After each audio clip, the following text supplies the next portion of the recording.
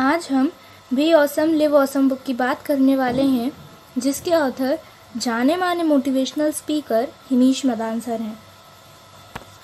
Himesh sir ने इस book को नॉन पकाऊ वे में लिखा है और इसे 4 पार्ट्स में डिवाइड किया है। फर्स्ट पार्ट में हमें बताया है कि हमें कैसे करियर रिलेटेड डिसीजंस लेने चाहिए, हमें क्या करना चाहिए और क्या नहीं करना चाहिए। Second part rising I me and my self में हमें बताया है कि कैसे कॉन्फिडेंस को बूस्ट अप करना है और नेगेटिव एंड पॉजिटिव थॉट्स के बारे में भी डिस्कस किया है। थर्ड पार्ट में हमें ये बताया है कि हमें कैसे अपनी फैमिली एंड फ्रेंड्स के साथ एक म्यूचुअल अंडरस्टैंडिंग बिठाना चाहिए और कैसे अपने स्ट्रॉन्ग रिलेशनशिप्स बिल्ड करना चाहिए।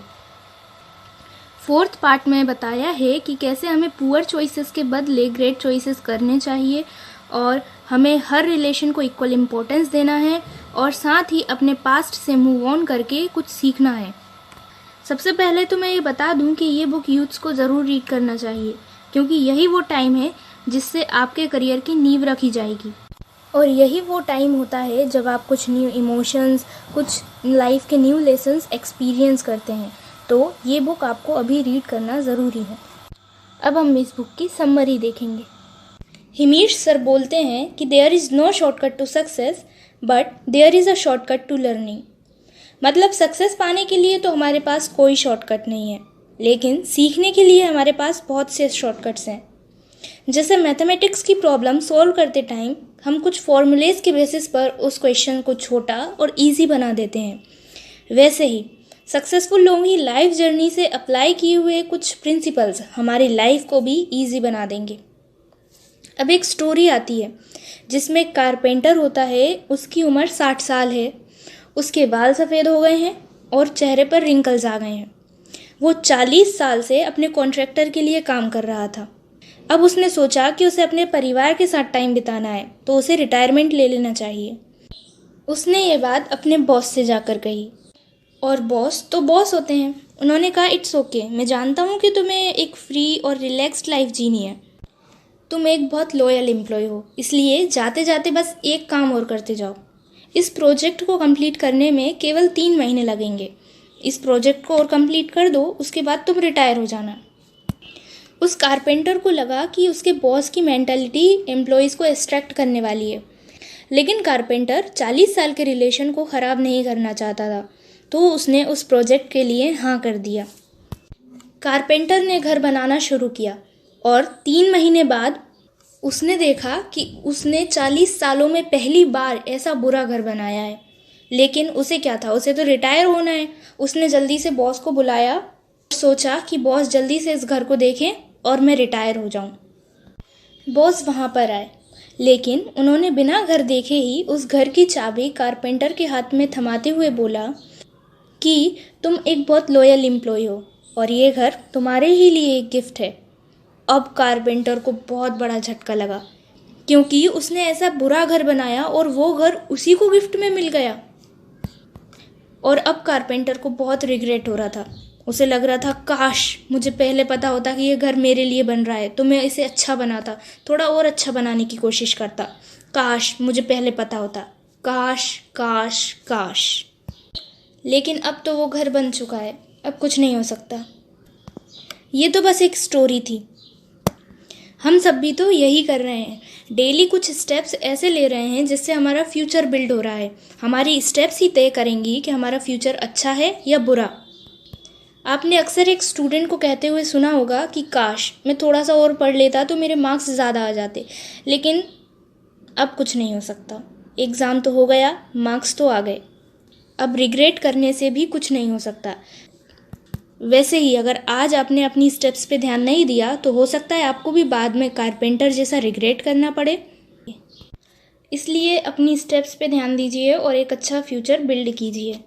आपको अपना एक गोल बनाना है जिससे कोई भी चीज़ आपको उस गोल से डिस्ट्रैक्ट ना कर पाए।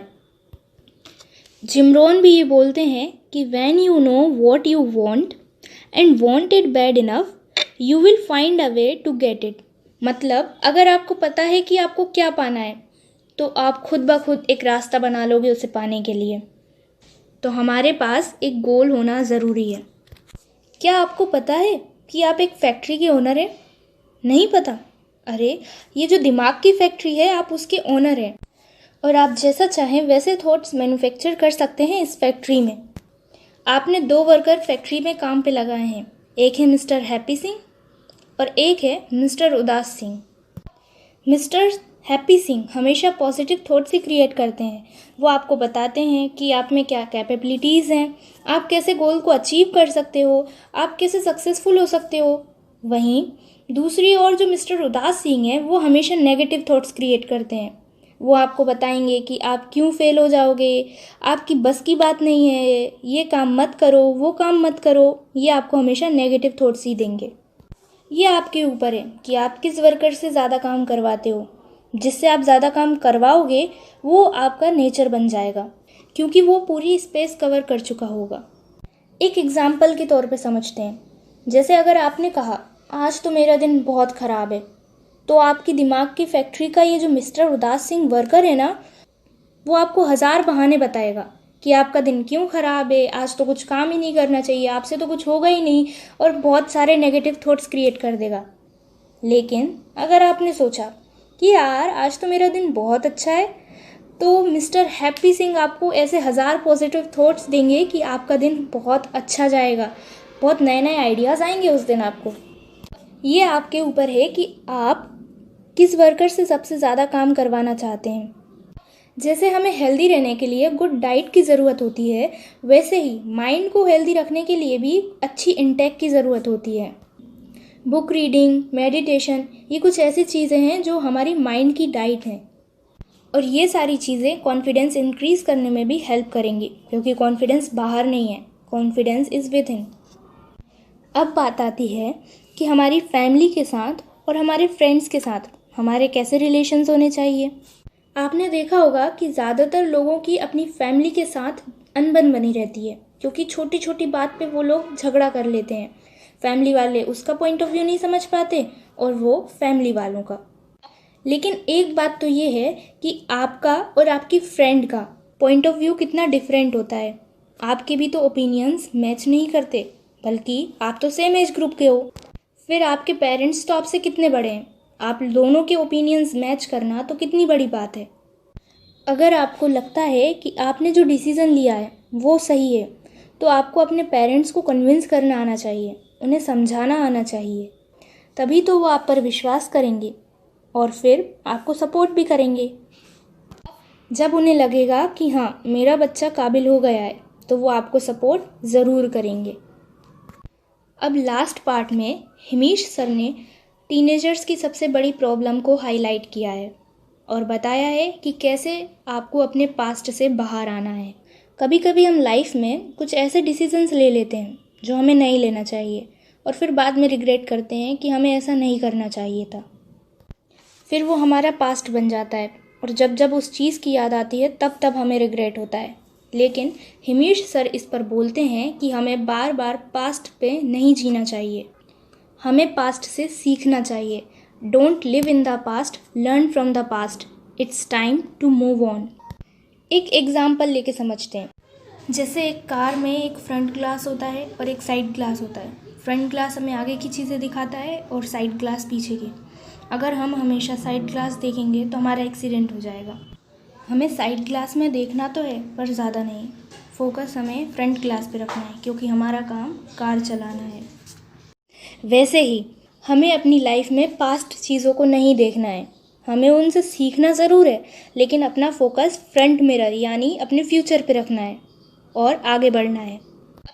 क्योंकि सीख ली अदा जिसने गम में मुस्कुराने की, उसे क्या मिटाएंगी ये गर्दिश ज़माने की। तो आज हमने सीखा कि कैसे हमें करियर रिलेटेड डिसीजंस लेने चाहिए, क्या करना है क्या नहीं करना है, कैसे हमें अपने थॉट्स को कंट्रोल करना है, कैसे कॉन्फिडेंस इंक्रीज़ करना है, कैसे अपने फैमिली के साथ और फ्रेंड्स के साथ रिलेशन स्ट्रॉन्ग करना है, और कैसे अपने पास्ट से बाहर आना है।